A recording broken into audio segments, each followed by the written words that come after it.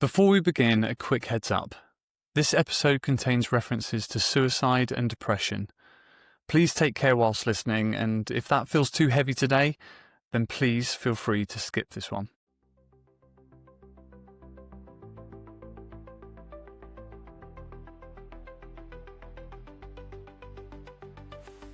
Welcome to the Brilliant Humans podcast, where we celebrate extraordinary people. But here's the catch. No one is talking about themselves. Every guest is here to share the story of a brilliant human who shaped them, inspired them, or changed their life forever. They might be famous or completely unknown, alive or no longer with us. A teacher, a parent, a stranger, a leader, a friend. These are real stories, honestly told. Stories of kindness, creativity, courage, and connection, because brilliance deserves to be shared. This is the Brilliant Humans podcast. Welcome to the show. On this episode of the Brilliant Humans podcast, I'm joined by Chris McIntosh, a runner, crossfitter, and VIP chauffeur for his kids. Beyond his work in sports infrastructure and sustainability, Chris has created Always Forward, a group which has raised almost £30,000 for charity by undertaking extreme physical challenges, including the Edinburgh 7 Peaks and running 100 kilometres whilst wearing a weighted vest. Always Forward is connected with the brilliant human Chris is here to talk about, so let's find out more. Welcome, Chris. Hi, Jonathan. Thanks for having me on. Oh, thank you so much for coming on, Chris. I've been looking forward to seeing you because it's been way too long. But before we get into it, Edinburgh 7 Peaks, I've never heard of that. I've heard of the 3 peaks, but what's the Edinburgh 7 Peaks? Yeah, so there's 7 peaks around the city. So there's actually a race every year on it as well. So the first charity challenge we did was the 7 peaks, and it's roughly 25k, depending on which way you run. It can be a little bit more depending on the route, but we did it in about 25k. So it's the 7 peaks, the 7 hills of Edinburgh, and you run right round the city, and you do a couple of hills in the middle. The nicest hill is probably running up the Esplanade up to the castle. So Castle Rock is one. So you get to run right up to the castle gates and touch the gates, and that's your trig point right there. So yeah, it's beautiful. That's awesome. And your whole thing, and we'll get into this, but your whole thing is running whilst wearing a weighted vest, like I mentioned. So you've done a 50k run, you've done a 100k run, and you've got aspirations to do like further with the weighted vest. Was the 7 peaks with the weighted vest as well? Yeah, that was the first one with the vest. So wow. There was a bunch of us on it as well, wearing vests, but yeah, that was the first one. That's incredible. Well, Chris, you're here to talk about someone very close to you, very special to you, and I don't know a lot more than that really. So I'd like to start by asking you, who is your brilliant human? So yeah, my brilliant human is my brother Grant, who sadly passed away in 2017 from suicide. So he is my brilliant human, and he is the reason why Always Forward was created, and he is the reason why I keep pushing myself in these challenges. Wow. Well, look, thank you for coming on. This is a tricky subject to talk about, but I've always committed to being open and honest, and we're going to have an open and honest conversation today and celebrate Grant and celebrate the work you're doing. So let's start by let's just discuss a bit about who he is and who he was, and what made him so brilliant in your eyes. Yeah, anyone that's got a brother or a sister will always think that they're brilliant, because it's family. Well, within reason, I guess, for some. But yeah, so Grant was just brilliant. He was the life and soul of the party. He was the life and soul of a lot of things, and he was just a great guy, just a one-of-a-kind person. And I probably won't be the only one that says that about their siblings, and especially about ones that have passed away. But genuinely, Grant was my brilliant human, and it's taken me until now to really realise that. And think about it in a way that is positive. And I think that's where a lot of this is stemming from, where, he is or was a genuinely brilliant guy. Not perfect, but in my eyes, brilliant. So yeah. And was he, and what was the family dynamic? So was he where did he sit? Was he older? Was he younger than you? He was the middle one. So there was 3 boys. There was myself as the older one, Grant, and then my younger brother, Michael. So there was 3 of us in the family. Yeah. Yeah, so he was you said other people would describe him as brilliant as well. So just give us a taste of that. Like how would if I met Grant, how would I see him? What would he be like to me? So I remember, growing up, I did an undergrad in the US, so I'd come home at the summer, and some of my friends from the US would come over and visit for, summer period, or they'd come over at Christmas, and they'd, first time visiting Scotland, first time seeing my family, first time meeting Grant. And I remember that every time that they came over, they would leave just saying, "Oh my God, your brother's amazing. Oh my God, your brother did this, your brother did that." My brother was into his cars. He really liked his cars. Bit of a boy racer, you could say. So he liked his Subarus. So he had a really nice Subaru when he was younger. And every time someone came over, he took them out for a drive. So they were in awe of his little car that he had. And they were just loving it. And that was the kind of genuine part of these people meeting him for the first time. Every single person was like, he was brilliant, he was amazing, and he genuinely was. And it's just that whole, he was your best friend from the minute you met him. So he was just a genuinely good guy. Yeah. Yeah. Oh, wow. And like you say, you're so lucky. And sometimes when we're close to people, and I joke about the siblings thing, I've got two siblings, and they are, I do, whilst I sometimes whinge about them, they are also brilliant people. But sometimes it's easy to forget that when you're just living the day to day and you're taking life for, no pun intended, granted. But as your younger brother, when you were growing up, like, what was the biggest impact he had on you, in the way that you kind of see the world today?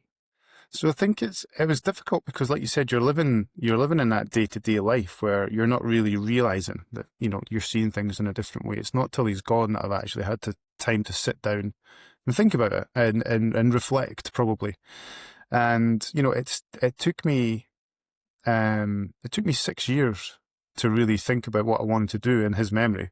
And it took me 6 years of reflection. It took me 60 years of just thinking about him and, just going through the whole roller coaster of emotions. So there's a lot in there and there's a lot to unpack, and I'm still unpacking it. But I think, growing up with Grant, it was always remembering that he wanted to do stuff for you. And I think that was the brilliance of him. He always wanted to help. He had this kind of, not flamboyant way of doing stuff, but he wanted to make sure that you were happy. So, for instance, if it was your birthday, he wanted to do something that was just extravagant. He wanted to do something different. If it was my parents' birthday, I always remember him buying my mum a hot tub for her 50th. I was like, where'd that idea even come from? And that was just the genuine, person that he was. That it was almost, he always wanted to give a gift or do something special for someone else. And, and that's the kind of reflective part I've had over the last, 8 years now, since 2017. So yeah, that's what I kind of remember him and being like, and having that brilliance, of just always wanting to do something for someone else. Yeah. And I guess when I hear you talk about Grant in the way that you're talking about him, it's very hard for me to wrap my head around why someone that is like that is taking people out in their Subaru, passionate about cars, getting gifts for people, very giving, and like you used, life and soul of the party. It's very hard for me to wrap my head around what happened then. So can you take us back to sort of maybe what was going on before he passed?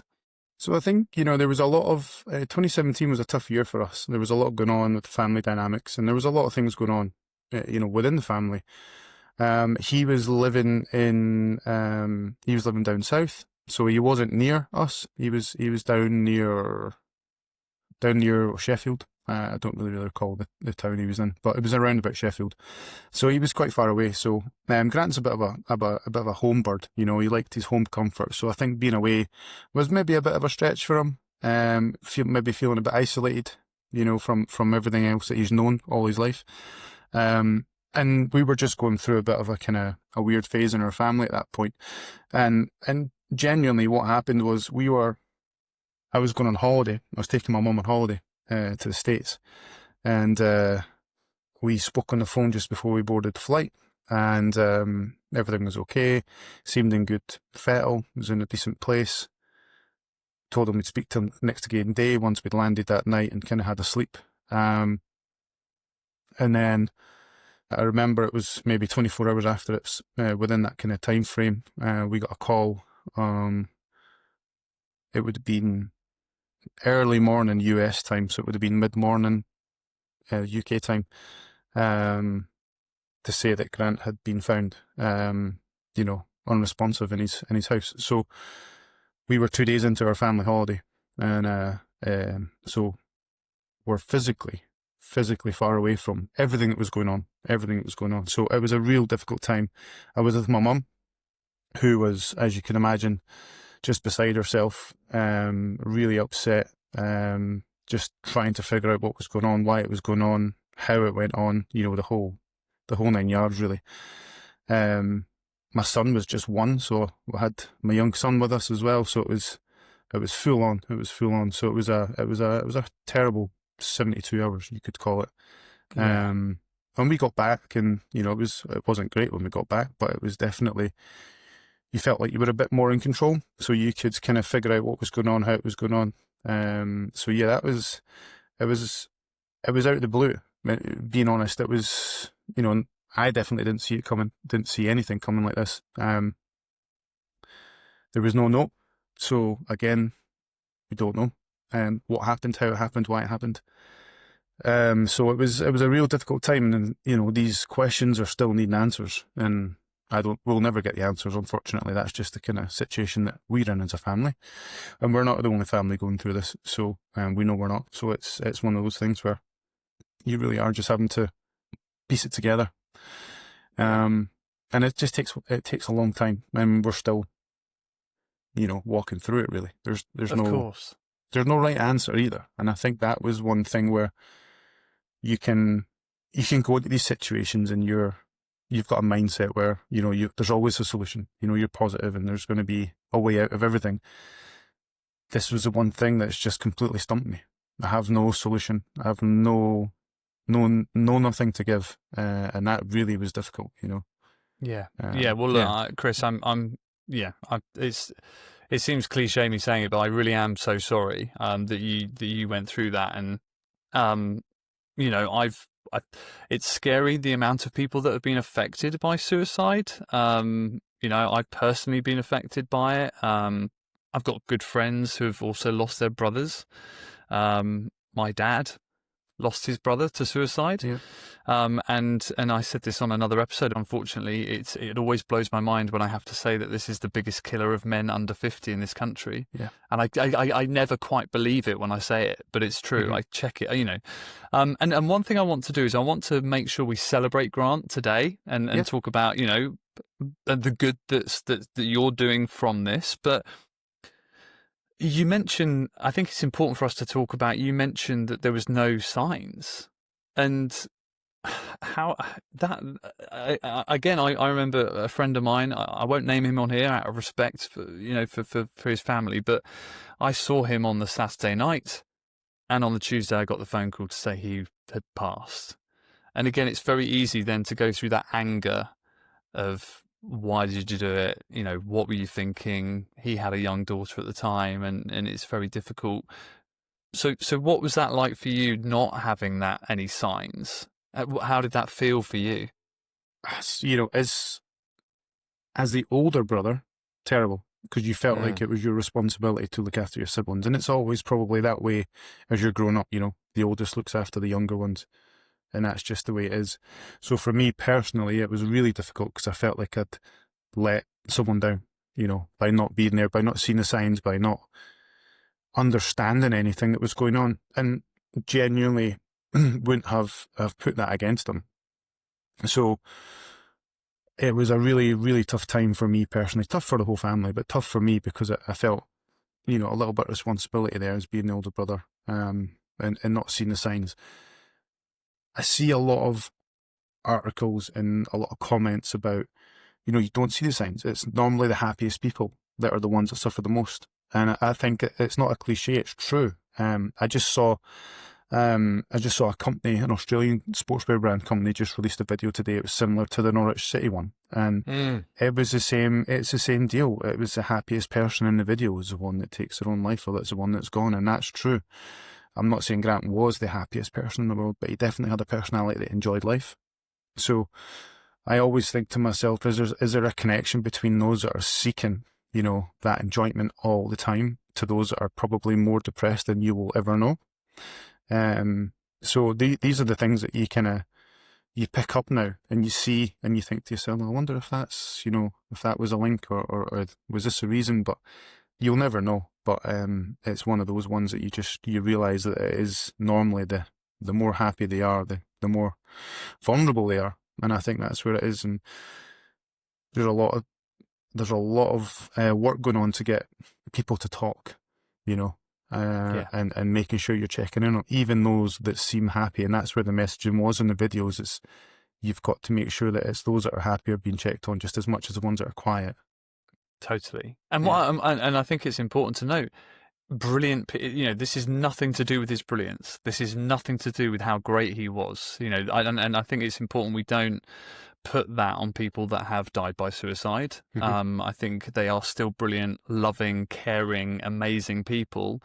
They have just gone through something, and I said this before, I know my personal journey through trying to reconcile my friend passing in this way was to get very angry first and foremost, and I definitely went through the grief curve on this one. And I remember just being I went for a walk and I just remember being so angry at him for what he'd done, and a lot of people naturally go to, well, it's very selfish. But actually, I've sort of come to the realization that it's actually one of the least selfish things they think they're doing. It's actually not, because it leaves behind everyone else. But they think the world would be better off without them. And so they think it's a selfless thing to do to make the world a better place. When actually, if we could talk to them now, we'd say quite the opposite. Yeah, you would tell them how brilliant they were. And that's the key thing is.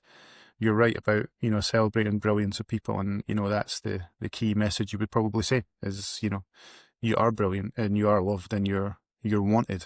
And maybe those are the opposite thoughts that people go through when they go through these kind of stages. And it's hard to get out of that when you're feeling in a rut. So, you know, definitely, it's definitely one of those moments where you're thinking to yourself, just wish they knew how brilliant they were. Totally. And you're so right. When you said that, I mean, it really, really resonated with me when you said about reaching out to the people, even the ones that you think, because, you know, naturally I'm a very optimistic person. I'm always smiling. I'm like, you know, I like to think I'm out there, you know, and life's great, and people probably think John's fine. But I know I've had my own mental health struggles. And actually, it was the people, and I'm very good at putting the mask on, you know, which is what sounds like Grant was very good at doing. But I know that I've got people, and they don't know how much it means. They just drop me a WhatsApp. How are you? Yeah. How's it going? And it's just checking it exactly. Some of them are just checking it. And I've got a few friends, and I know I can rely on them. And then actually, then it's important as well, if you articulate that you're not okay, the care and the love that you get from people that you least expect. You're listening to the Brilliant Humans podcast, where, here's the catch, no one is talking about themselves, only the brilliant human who has changed their life. If you've got someone you'd like to celebrate, drop us a note at brillianthumanspodcast@gmail.com. So once you've got through the sort of difficult first period, obviously you're now coming out of that and you've created the group and you're starting to do amazing things in his memory. So how have you got your head around that? Yeah, that's been the hard part. That's been the hard part is thinking beyond what Grant, you know, meant to me, because this group and what I'm trying to do is so much bigger. And I'm not making Grant small in any way. I just think we're facing a real issue in society where men are dying through this cause quicker than any other cause under 50, like you said. So we have something that we need to do. We need to change that. We need to change that that thought, that mindset where, you know, it is okay to talk, and it is okay to reach out to people, and it is okay to say, are you okay? How's it going? Do you want to go for a walk? It doesn't have to be anything other than sitting in silence for 5 minutes and having a coffee. Just knowing that you're with someone that is there for you. And I've had that a couple of times, you know, with friends where let's grab a coffee and I'll just sit in silence. There's nothing wrong with silence, you know? And I think that just sometimes you just need that break from reality where you're not sitting in your own thoughts and you're not sitting on your own, and you're with someone that actually cares. And it's literally just 10 minutes and you feel much better for it. And I don't know if it's the fresh air, if it's just different atmosphere, but it's just something that's different in what you're seeing. It's almost that kind of clearing the fog. You know, that people talk about brain fog when they're at work and all that, but I genuinely think there's a little bit of brain fog in everyone at the moment. You know, and if you can clear that and make yourself feel a little bit better, then everything else looks a bit better on the, you know, on the outside. So it's Yeah. for me anyway, personally, just trying to Well, change no, that it's funny mentality. you use that. It's funny you use that visual, because I remember, I really remember the walk that I went on, and it was actually really foggy that day, and it was one of those where I kind of just had that realization. I'm like, I know the fog is going to disappear. I know the sun is going to shine again at some point. But for those people in that mental state, if they can only see the fog and they never think it's going to sunshine again, I mean, it's the hope. What you're talking about is giving people hope, giving people that little snippet of light. And I think as men, we're getting better. We are Mm-hmm. getting better, but I think as men, it's okay to tell each other that we love each other, to Yeah. tell each other, to say, hey mate, do you know what? I have so much respect for you and so much love for you because of this, and be really specific. Whereas I think maybe previous generations that wasn't the case. Yeah. I mean, do you think it's a difficult? I mean, it's a horrible question to ask, but do you think? Do you think Grant's kind of vivacious, outgoing, positive, that actually shielded him and made people maybe not tell him how brilliant he was while he was here? Do you think that was the Prob- case? Probably. You know, and I think it's that full on character, isn't it? Where people just genuinely think, oh, they're absolutely fine. They're brilliant. They don't need to be told anything. They're already the life and soul. They already know that they are. But deep down, they're probably doing it to feel better about themselves. It's almost like an act. It's the Robin Williams antidote, where you know he always had to perform to make himself feel better. And I think that kind of rings true in a lot of people, and not everyone, you know, but it's certainly the way I see Grant was similarities in terms of how he approached what he did to the fact that he was just that outgoing at times, but deep down he was struggling. So you would never know. Yeah, yeah. Oh my word! You mentioning Robin Williams, that shocked so many people, because it's like, well, Yeah, if he can do this, yeah, then of course anyone else can. But let's sort of stick on that subject of Grant as the yeah. as the vivacious and the life loving person, because I'm sure there was an element of truth. I mean, I don't think it was probably all a mask. It sounds like he really did kind of enjoy life. So when you remember Grant, like when your kids are older and you talk to them about their uncle, is there any lesson that you kind of feel is with you because of Grant that you think others would benefit from? I think, you know, I did a half marathon, right, as part of my training this year for the 100K, and I'd never done a half marathon before in my life, but it was an organised one, so it was Edinburgh one, so it was nice. You're running in a crowd, and that day I made the decision to run with a smile on my face, and that was the thing that I always remember. Granny always had a smile on his face, and I ran with a smile on my face the whole way around, even though it was the hottest day of the year and it was miserable. It was a miserable run, but I ran with a smile on my face. It just made it feel better. So that's the kind of one thing I took recently from Grant, was that, you know, having that smile on your face. You're not going to smile every day. Everyone's going to have their ups and downs. There's peaks and troughs in life. But that day when I ran that marathon, doing a small challenge, then, you know, I wanted to enjoy it, and I thought, well, I'm only going to enjoy it if I'm smiling. So that is that natural thing. If you smile, you enjoy it. If you don't smile, you're not going to enjoy it. So that was in my head. That was just wanted to do it. So that's Yeah. kind of what I take from him right now. I recently did the Amsterdam Marathon, and it was a particularly tough one because of injuries, and I won't go into that too much. But when it got pretty tough in the middle of that marathon, I saw someone with a T-shirt on, and it said, running for those who can't.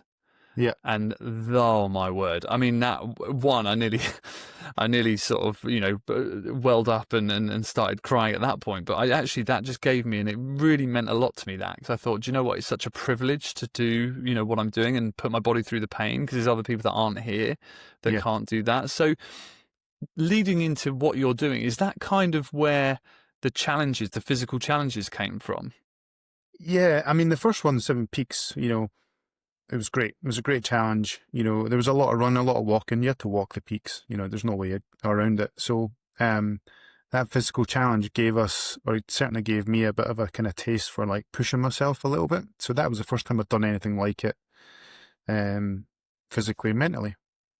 So it was, I thought I was going to be one and done. I thought I was just going to do the one thing, raise some money, raise a bit of awareness, and tick that off the box.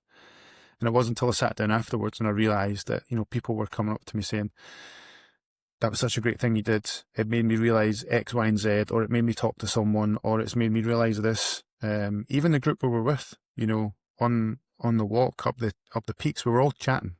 We're all chatting about life, and we're all chatting about different things, and that camaraderie for a whole group who, I was the main link between a lot of them, but they didn't really know each other either. So they were all talking to each other about different subjects, and it wasn't until after you reflect, you're like, this was actually pretty positive, way more positive than I thought it was going to be. Probably a wider, that ripple effect, that it was getting a bit bigger than I ever thought it was going to get. And it's not big in any sense, but that day felt like it moved a little bit.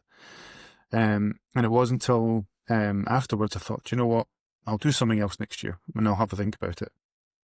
I was sitting in the office at work. We decided we'll just double the distance. If I double the distance and it's flat, I should be fine. So we just did 50k.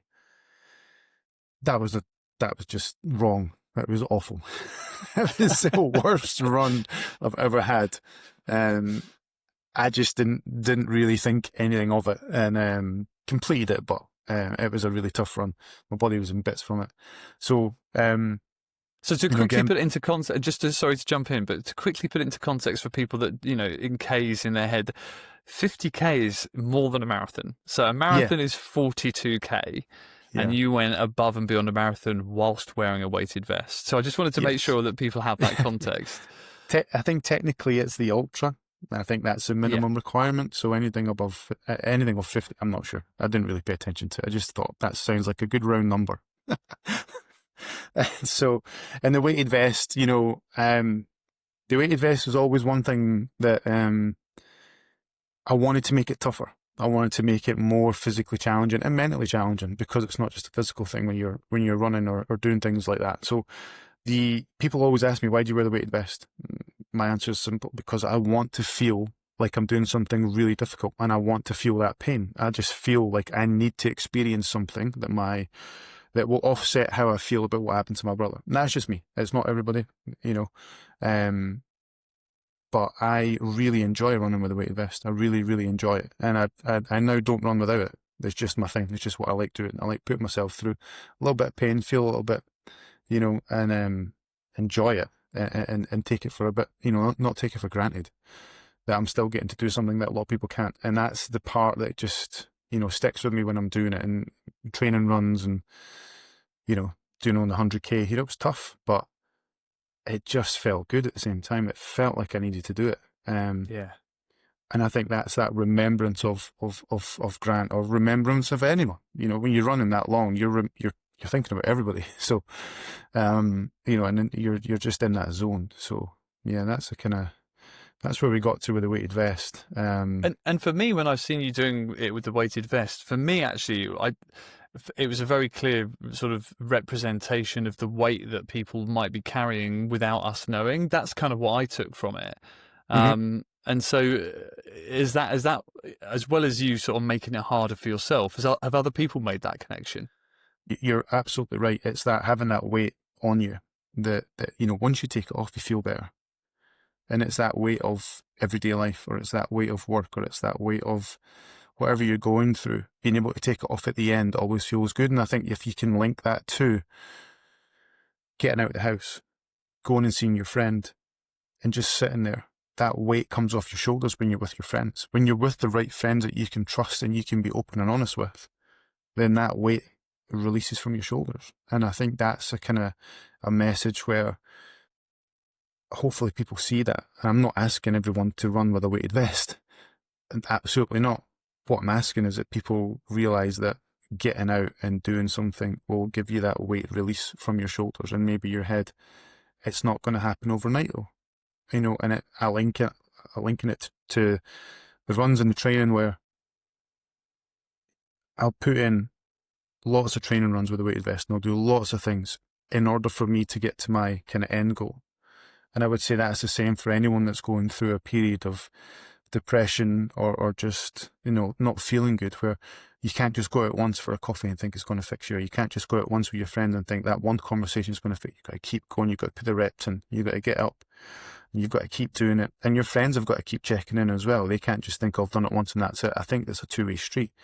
And I think the more that we realise that it's not just a quick fix. This is something we have to do ongoing, which is a reason I raised for charity this year through SAMH, and what they were doing, where people can go into this place that SAMH have created called the Nuke, and it's a free mental health clinic. You can be seen by a professional in 20 minutes, no appointment required, walking off the street.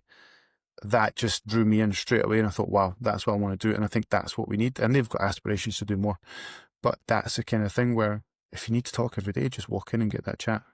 And I think that's kind of what we're kind of talking about, really. And you know what? When I've had therapy, and I'm a massive advocate of therapy. I think it's amazing, and it will always be a part of my life now. And I'm unashamed to say that. And I think more and more people should be unashamed to say it and do it. And the first time I ever had therapy, it was in 2019. And I had it was because when my son was born, it was a bit of a difficult birth, and about a year later, I could not get out of my car. Just couldn't get out of my car. And what I realised was having like an anxiety attack, and I'd never had one. And the way I reconciled it, maybe as a man, maybe as someone that's always been strong and always got a smile on my face, the way I reconciled it was, okay, if I was having physical difficulties, or I was getting a bit, putting a bit of weight on, or I was training for something, I wouldn't hesitate in getting a physical therapist. Yeah. And people would celebrate it. People would be like, good for you, he's gone and got a PT. Why should we think any differently about a mental therapist? Exactly. And I just went, of course, like this is so important. My body's going to give up, and it is giving up now, but this is always going to be with me. So there should be no shame in, like you say, making it a process, going and talking. Maybe sometimes you don't need to talk. Maybe sometimes it's good to go and be proactive with talking. And you're absolutely right. It's not a quick fix. I think that's really important. And obviously, Grant, you said he was popular. He had friends. He was, had his Subaru. I'm sure there was a community around that. What was the reaction when it happened? What was the general feeling that you felt from people that knew him? Just a shock. It was a shock. I mean, he had been living down south for a while, and it wasn't until the funeral, really. Yeah, the funeral, the church was full. And then, I'm it's a bit of a daze still, a little bit of a daze. And, wow, I've actually thought about the funeral since then. The church was full, and then you go out the church, you carry the coffin, you put it in the car, and you go to the cemetery where we were. You had to kind of drive a few hundred meters to the cemetery. And it wasn't until you got in the car and followed the car around to the cemetery that you just saw the amount of people coming out of the church and the amount of people waiting at the cemetery. And that's when it hit me. I was like, wow, there's a lot of people here. There's a lot of people paying their respects here to Grant. And that was just a bit of a kind of wow factor. Like, this is bigger than I thought. And, and it's still a bit fuzzy. It's still a bit, raw even now talking about it. But that was when it really hit me. Like, this is, he had a lot of people. He knew a lot of people, more than I knew. Just because he's got his own friendship groups, and he's got his own friends and acquaintances and all that. So that was a bit of an eye opener that day. And I think, you think about, because I think about my friend's funeral, and not everyone could fit into the crematorium, and you think, God, if only they could see this. Like, the one person that actually should be seeing this. Yeah, exactly. It's the person that thought it wasn't worth being here, and there's all these people that love him. And that comes back to your point. It's like, tell the people that you love them. Just, if you think about someone, just pop them a message, and it might just change the way they feel that day. It might just help them get back on their journey. But so Always Forward is the group right now. How can people follow Always Forward? I think you've got an Instagram page. Yeah, so at the moment I'm just on Instagram, Always Forward Mental Health. If you just throw it in your search bar, you'll find it. It's got the AF on it, so it's quite distinctive. So yeah, that's where we post most of the stuff about what we're doing, and we'll be doing more 2026. Yeah, amazing. And is that, are your challenges, are they linked around Grant's anniversary, or is it, how do you structure those? So the challenge, the last 3 years have been right in the month of his anniversary of his passing. So that's when we do it. And that for me is a really good time for me to do it because I need that focus. In that month, that's just the way I program myself to kind of get through it. Next year will be slightly different with the challenge we're doing.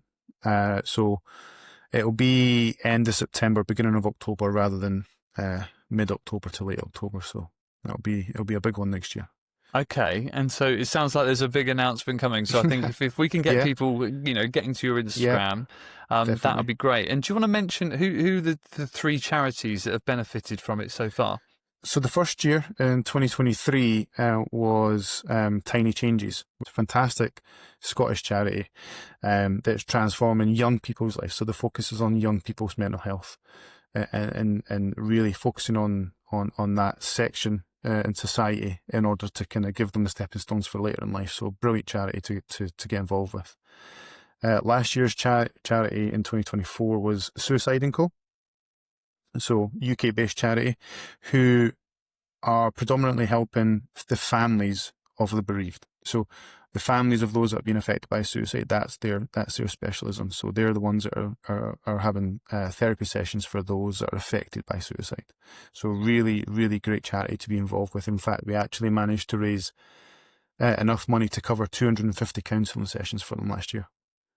Wow. So that was a really good thing to do. And for those that needed it the most, who are going through the death of close family members. So, the work, is truly tremendous in what they do. Yeah. And this year's one was SAMH, so Scottish Action for Mental Health, which is a wide-ranging mental health charity in Scotland here. Head office is in Glasgow, and as I said, they've just opened up the Nuke, so the Nuke you can go in and get free mental health care from a mental health practitioner and be well looked after. And they run a vast amount of courses and wellbeing centres and do a whole lot of things for a lot of people suffering from a lot of different, problems in Scotland. Well, we'll make sure we give all of those a shout out. And, dare I say it, with this podcast, we always think about the amplification effect of the brilliant human. And what I'd like to, take away from this is, whilst Grant, chose to do what he did, and that was for his reasons, and like you say, we'll never quite know why, but actually what he's done is think of through you, because you're also, I have to say this, you are amazing, you are so incredible for what you're doing, but he's the halo effect of what's happened. Think of the people that he's helping. Yeah. And it's 250 counselling sessions. People able to walk in off the street. People able to get therapy because someone they know's gone, and that's because of Grant and the work you're doing. Mm-hmm. So that must give you some comfort. It definitely does, and Grant has opened so many doors for me in the last 3 years. Unbeknown to me, this is happening, and I feel like I'm stumbling through some of them, but it's a positive thing. Even most recently, Grant's enabled me to now set up a Go Ruck club in Edinburgh. So it's Edinburgh's first Go Ruck club. I've just set it up. It's coming on board soon, so it'll be on the Instagram account, where it will be monthly, to start with, monthly walks with a weighted vest, weighted backpack, but it'll be a walk where people get a chance to chat. Then we get out and we get some fresh air, and we end it with coffee, cake, whatever it is, but the main thing is we get out together, and that's kind of this is where it's led me to right now. And I think that's down to Grant, down to that brilliant human being. 100%. And look, this is a tricky one, because I ask this question. This is how I finish every episode. But I understand it's a tough one. What would you like to say to your brilliant human? What would you like to say to Grant if you had the chance?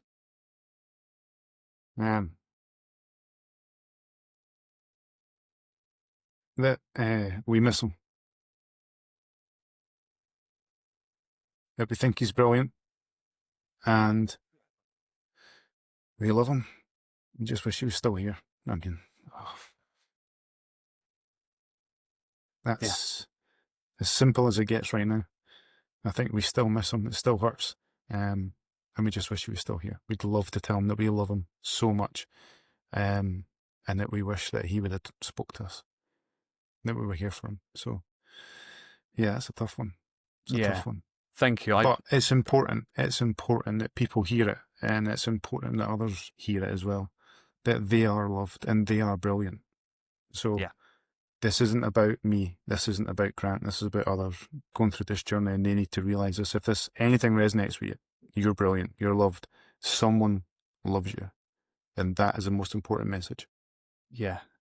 Yeah, and look, thank you for answering that. I wrestled with whether to ask that question, but I wanted to respect you and I wanted to respect Grant, and that is the question I ask everyone. So I think it's important, and I think your answer said it all. And thanks for asking. No, thank you for answering, and I think it's so important. Get out there, and I say this on the close of the episode. I'm like, if you've got someone in your life that you love or that you want to say thank you to, just do it today.